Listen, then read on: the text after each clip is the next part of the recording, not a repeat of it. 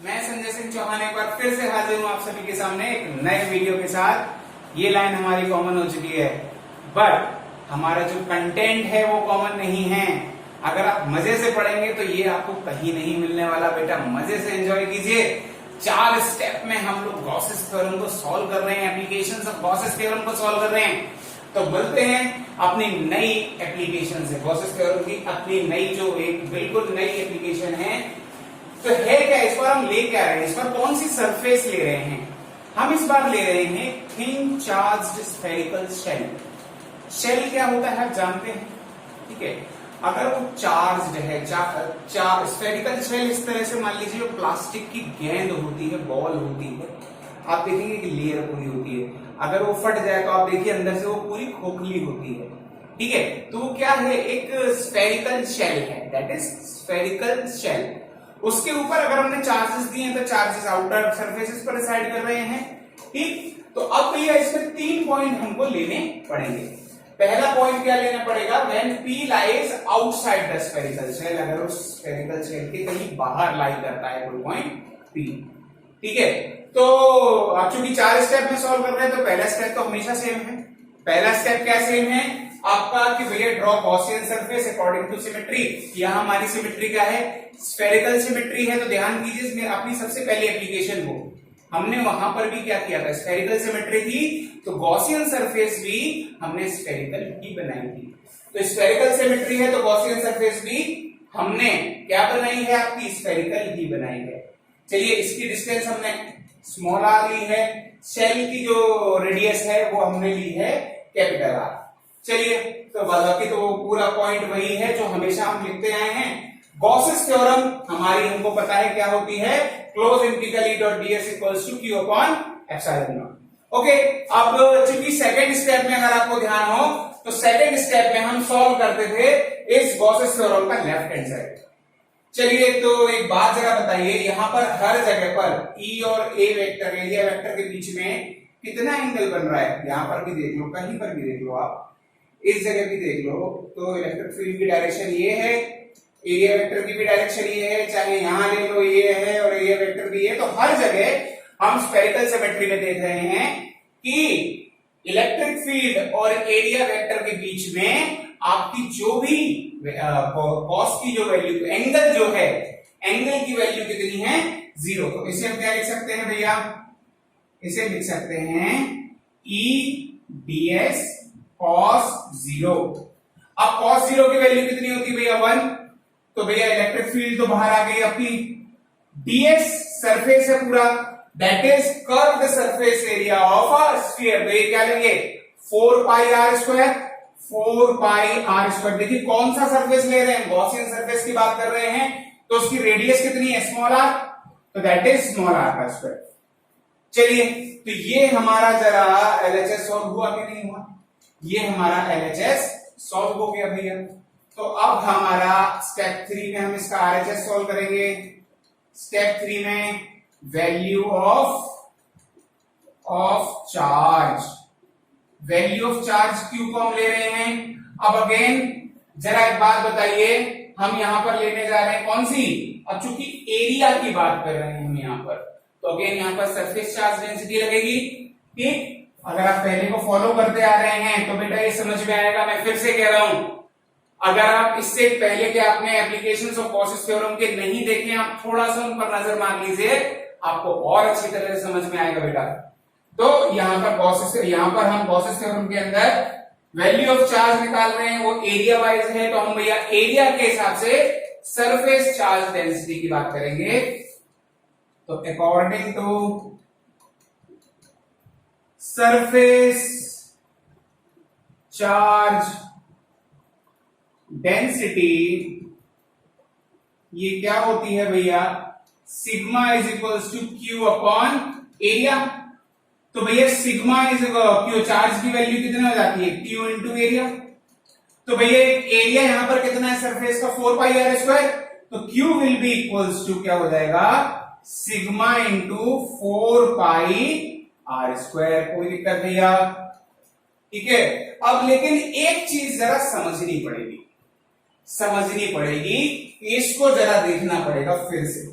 हम जल्दी जल्दी में, कई बार बच्चे क्या करते हैं, जल्दी जल्दी में यहां से गो थ्रू होके निकल जाते हैं। बट आप जरा देखिए हम किस चीज की ले रहे हैं, बात कर रहे हैं हम चार्ज की बात कर रहे हैं। चार्ज किसके ऊपर है, स्फेरिकल शेल के ऊपर है भैया। और स्फेरिकल शेल की जो रेडियस है वो कितनी है, कैपिटल आर। तो यहां स्मॉल आर नहीं लेंगे हम, यहां पर स्मॉल आर की जगह क्या लेंगे, कैपिटल आर। चलिए तो क्या सॉल्व हो गया भैया, हमारा थर्ड स्टेप भी सॉल्व हो गया। हमारा फाइनल स्टेप की तरफ हम आते हैं, स्टेप 4। स्टेप 4 हमारा क्या है भैया, applying Gauss theorem and putting values. चलिए अप्लाइंग गॉस थ्योरम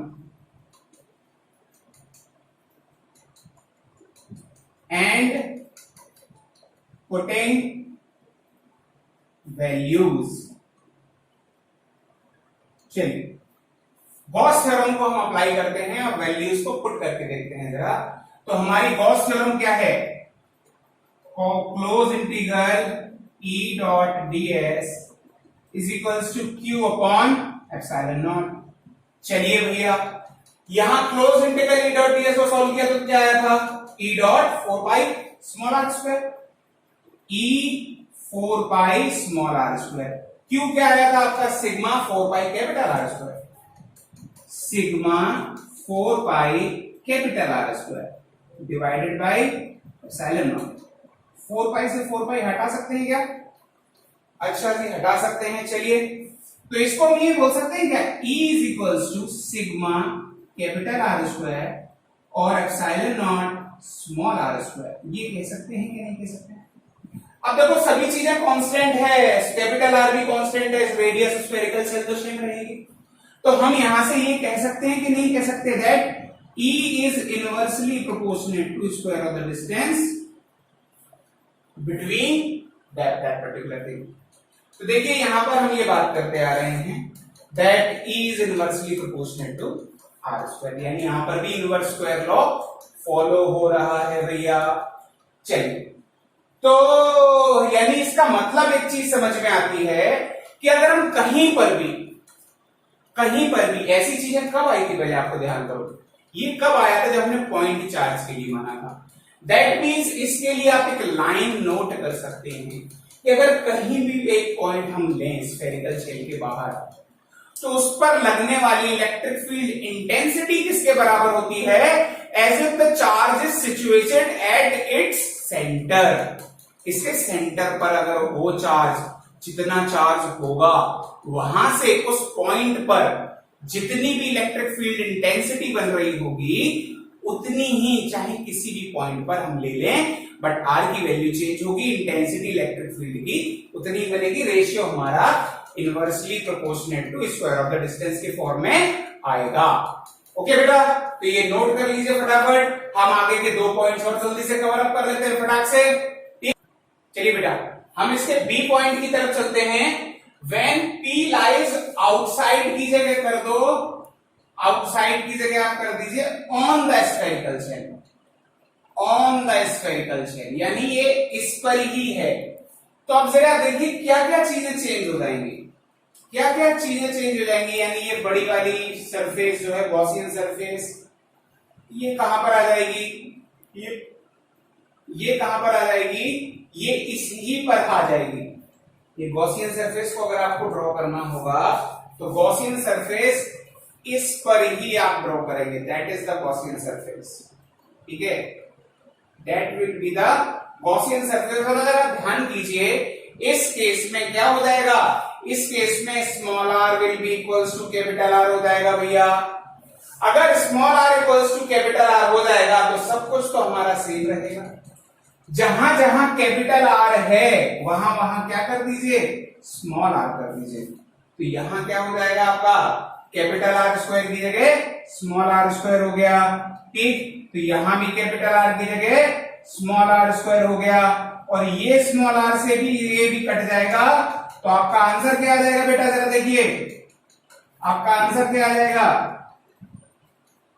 कि E will be equals to sigma upon epsilon naught, that means it is not depending upon r। क्यों डिपेंड नहीं कर रहा है? क्योंकि यहां तो सरफेस जो है स्फेरिकल शेल के ऊपर है, शेल के ऊपर ही है, तो कैपिटल आर स्मॉल आर के बराबर है, तो इस कारण से डिपेंड नहीं कर रहा है। ओके, तो value of E will be equals to sigma upon epsilon naught. तो इसे भी नोट कर लीजिए बेटा फटाक से, सेकंड पॉइंट है हमारा। चलिए बेटा बढ़ते हैं अपने नए टॉपिक की तरफ, that is electric field due to two positively charge parallel plates.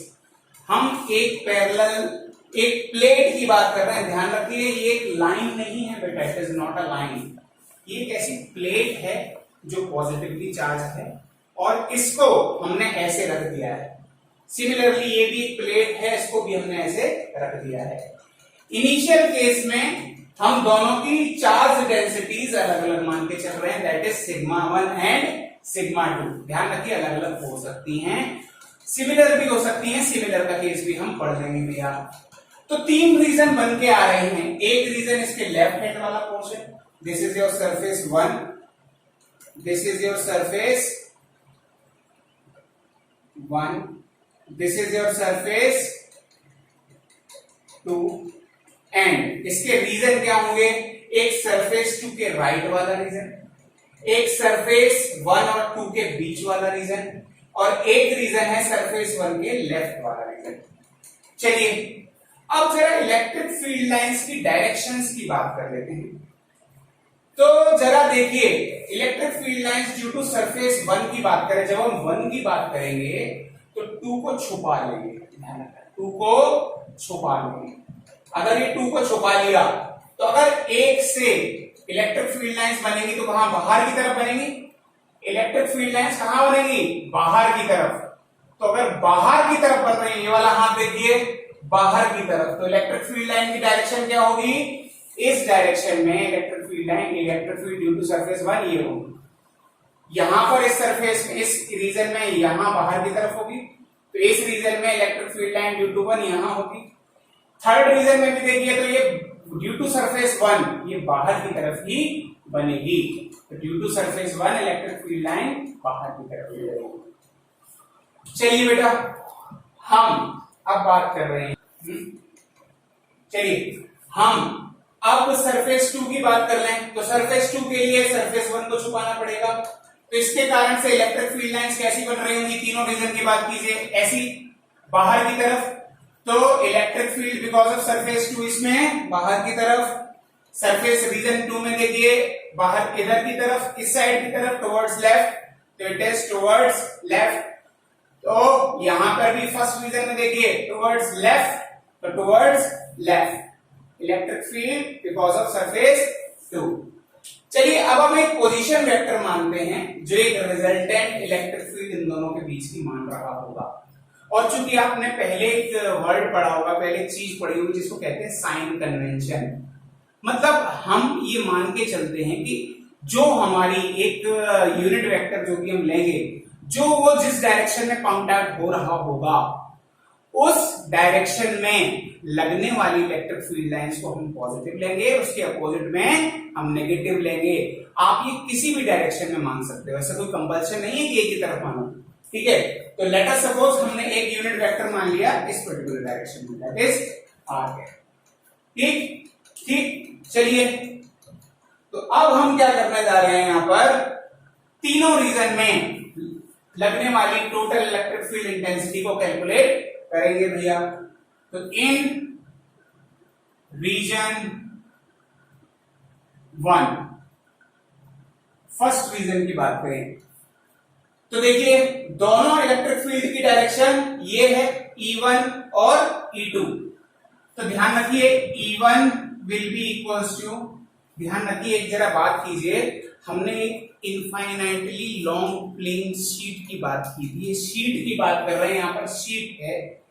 तो अगर आप उस चीज को ध्यान करिए, उस चीज को ध्यान करिए तो इलेक्ट्रिक फील्ड का फॉर्मूला आया था सिग्मा अपॉन 2 एप्सिलॉन नॉट। अगर आपको ध्यान होना हो तो इस डेरिवेशन पे जाके देख लीजिएगा, ठीक। अब sigma upon 2 epsilon not E1 because of surface charge density 1 की बात कर रहे हैं हम, ठीक। तो यहां पर हमने अगर दोनों की चार्ज डेंसिटीज अलग अलग हैं तो यहां पर हम सिग्मा 1 ले रहे हैं भैया। अच्छा, हमने जो एक डायरेक्शन मानी है, ये डायरेक्शन है, क्या इसके अपोजिट है या सेम है?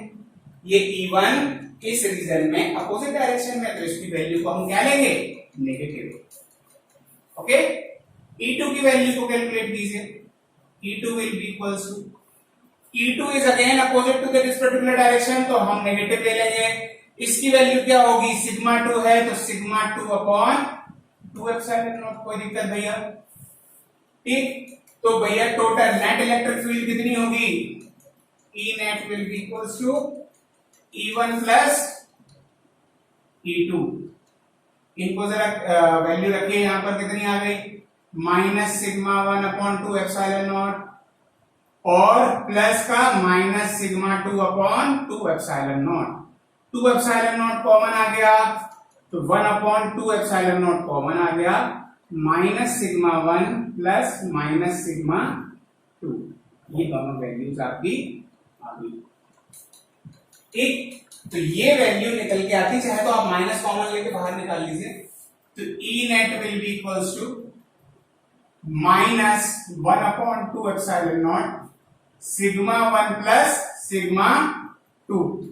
अच्छा, ये कौन सा केस है? जब चार्ज डेंसिटीज अलग अलग हों, when charge densities are different. When charge densities are different. चलिए भैया, अगर सेम होंगी तो क्या होंगी? अगर सेम होंगी तो sigma 1 equals to sigma 2 equals to किसके बराबर होगा? सिग्मा के बराबर। ठीक, तो भैया क्या ले सकते हैं? व्हेन, ये लिख लीजिए यहां पर, व्हेन चार्ज डेंसिटीज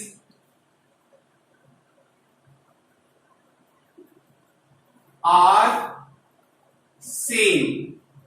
अगर सेम होगी तो क्या होगा? Sigma 1 will be equals to sigma 2। इसको हम किससे डिनोट कर रहे हैं? सिग्मा से। तो इसकी जगह भी सिग्मा रखते हैं, इसकी जगह भी सिग्मा रखते हैं, तो क्या हो जाएगा भैया? E net will be equals to minus 1 upon 2 epsilon naught sigma plus sigma. ये 2 सिग्मा हो गया, ये क्या हुआ? माइनस का 2 सिग्मा अपॉन 2 एप्सिलॉन नॉट, 2 से 2 कट गया, तो E net will be equals to क्या हुआ? माइनस का सिग्मा अपॉन एप्सिलॉन नॉट। ये कब होगा? When charge densities are same. When charge densities are same. चलिए भैया, ये तो होगा हमारा रीजन 1 की बात। अब रीजन 2 में निकाल लेते हैं, फिर रीजन 3 में निकाल लेते हैं। तो इन reason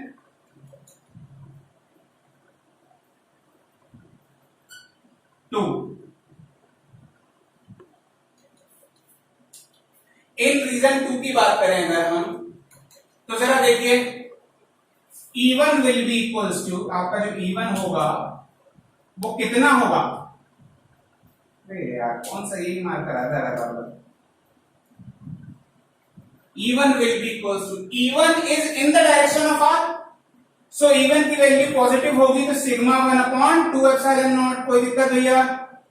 E2 is opposite to the direction of R cap, तो E2 will be equals to sigma 2, ये क्या है? नेगेटिव का 2 epsilon not.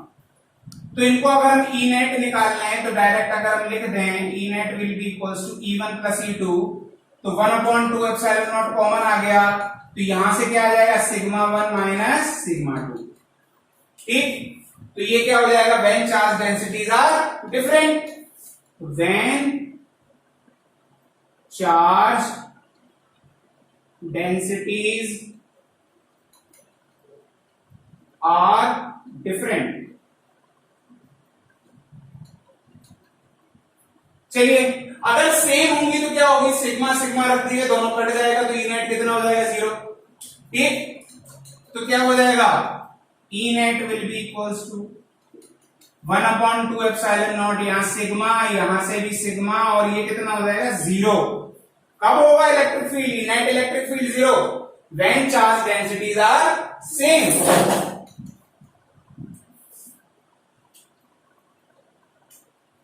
When charge densities are same। चलिए भैया, यानी इस रीजन में जीरो आया है, इस रीजन में एक वैल्यू आई है। अब थर्ड रीजन की बात कर लेते हैं, तो इसे नोट कर लीजिए, थर्ड रीजन को भी कैलकुलेट कर लेते हैं। चलिए बेटा थर्ड रीजन की अब बात कर लेते हैं। थर्ड रीजन में देखिए दोनों इलेक्ट्रिक फील्ड्स की direction along the direction of R है।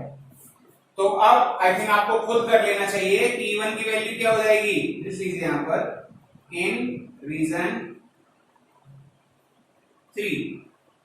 थर्ड रीजन में क्या होगा, E1 will be equals to positive sigma 1 upon 2 epsilon naught, E2 will be equals to positive sigma 2 upon 2 epsilon naught.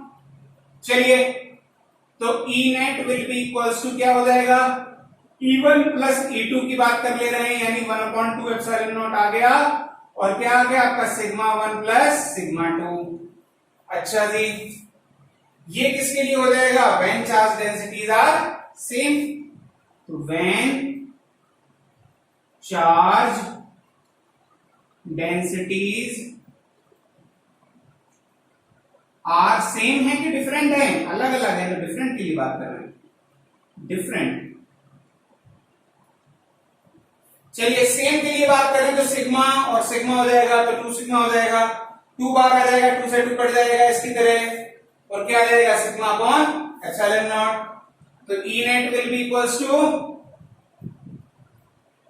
2 sigma upon 2 epsilon naught, 2 से 2 cut गया, क्या आ गया sigma upon epsilon not. ये किसके लिए आया, when charge densities are same, when charge densities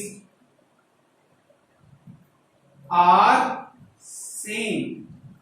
चलिए भैया, तो जरा एक चीज देखिए, इन रीजन 1 आर के अपोजिट थी ये वैल्यू दोनों डायरेक्शंस, तो क्या आया negative sigma upon epsilon naught. In region 3 दोनों along the direction of R है, तो भैया positive sigma upon epsilon naught आया। रीजन सेकेंड में दोनों डायरेक्शंस अपोजिट थी, तो इसकी value 0 I for same and sigma 1 minus sigma 2 I for different. तो ये चीज का ध्यान रखना बेटा, आप लोगों के लिए टास्क दे रहा हूं मैं, क्या दे रहा हूं कि अगला एक बनाइए जिसमें एक प्लेट को पॉजिटिवली चार्ज दीजिए, एक प्लेट को नेगेटिवली चार्ज लीजिए, उसके करस्पॉन्डिंग आप डायरेक्शंस ऑफ इलेक्ट्रिक फील्ड बनाइए, तब देखिए कि तीनों रीजन में क्या आती है। उसमें आपको हिंट बता दे रहा हूं, यहां पर और यहां पर इस बार उसकी वैल्यू 0 आएगी, और बीच में आएगी सिग्मा अपॉन एप्सिलॉन नॉट। इसमें क्या आ रही थी, साइड साइड में आ रही थी सिग्मा अपॉन एप्सिलॉन नॉट, बीच में आ रही थी 0, उसमें उल्टा हो जाएगा। तो करके देखिए, आए समझ में तो बहुत अच्छी बात है, नहीं आए तो मेरे से पूछेगा, मैं दोबारा से उसका वीडियो बना के आपके लिए दूंगा। ओके बेटा, तो हम लोग मजे से पढ़ ही रहे हैं, मन लगा के पढ़िए, कोई डाउट हो तो मैं आपके साथ हूं। ठीक, मैं आज आपके साथ अपनी एक मेल आईडी शेयर कर रहा हूं, तो ये मेल आईडी है मेरी, इस मेल आईडी पर जल्दी से संपर्क कीजिए मेरे को, अगर आपको कोई और डाउट हो तो।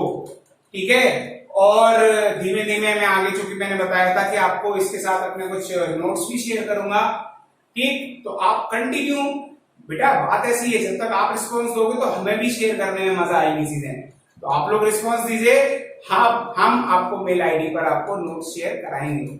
ओके, आप मन लगा के पढ़िए, इन चीजों को पढ़िए। अगले वाले वीडियो में, आने वाले वीडियो में हम इन चीजों से रिलेटेड कुछ न्यूमेरिकल्स भी सॉल्व करेंगे। ठीक है, तब तक भैया फिर से जो नए बच्चे जुड़े हैं, लाइक शेयर सब्सक्राइब कीजिए, और नए वीडियो में मिलते हैं, तब तक के लिए